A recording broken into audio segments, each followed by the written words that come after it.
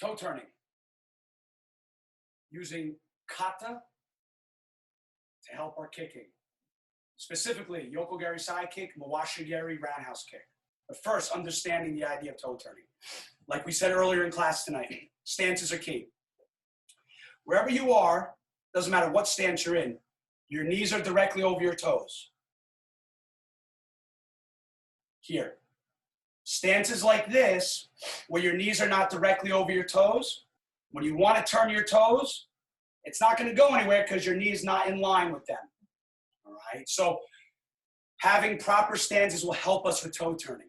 You want to feel, I'll go sideways, that when your knee is bent here, there's a line, there's a stick, piece of string. Your knee and toe are in that straight line, they're tied together.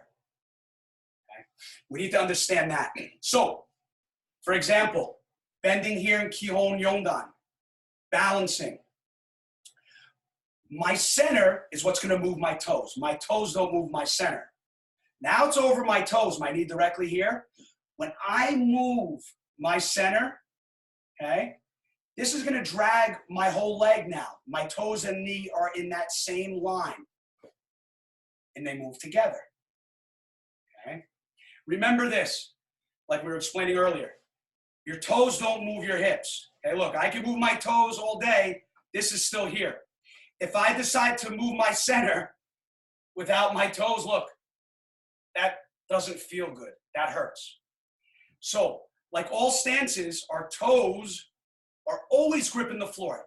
If your heels are, you can't really grip with your heels. If you do, look, you can do stuff like this. No good. So your toes are always gripping.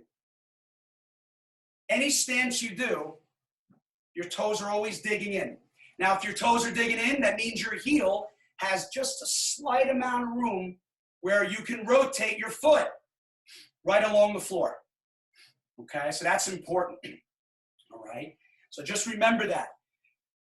This turn you have to feel that with your balance. This turn moves that toe. And then you can do any sort of stance you want, whatever it is you want to get to. All right, so that brings us to kicking now. All right, going into kicking. For example, side kick, okay, Yokogari. We talked about this angle here. You have to be basically sideways to do a side kick. Mawashigari roundhouse kick, same thing. I can't keep my hip here. I got to end up at this position. We talked about these type of drills being sideways to get your proper foot position for roundhouse kick. So my toe, my balance, my center, everything is tied together in that one string. I balance here. The knot of my belt starts to turn so my body can get in that angle. So let's say for Yokogari, okay, my center moves with my leg, toe turns. And it's hard to show slow, but basically you're going to be at least, I would say, 90 to, you can almost go even more with your toe turn, all right? So if you're going to be, let's say, sideways here, guys, this foot can be like 45 degrees back to this angle, depending on how much you have flexibility and turn your hips, okay? So Yokogari, all right? Our leg comes up, like we said, to that 45-degree angle. Then my center engages into the kick. My center then moves, see my toe? Back to that 45, back like so, all right? Roundhouse kick, same idea, okay? I load my knee up natural. As it comes here, I need to come across, all right? Once I come across, that means my body is turning. See, I got that sideways angle. Again, if you see my foot, look where it is. It's back to that 45-degree angle. So you need to apply both. Same idea with Yokogari, Mawashigari. Balance comes here. Again, that quick turn with your center allows us more flexibility with our roundhouse kick.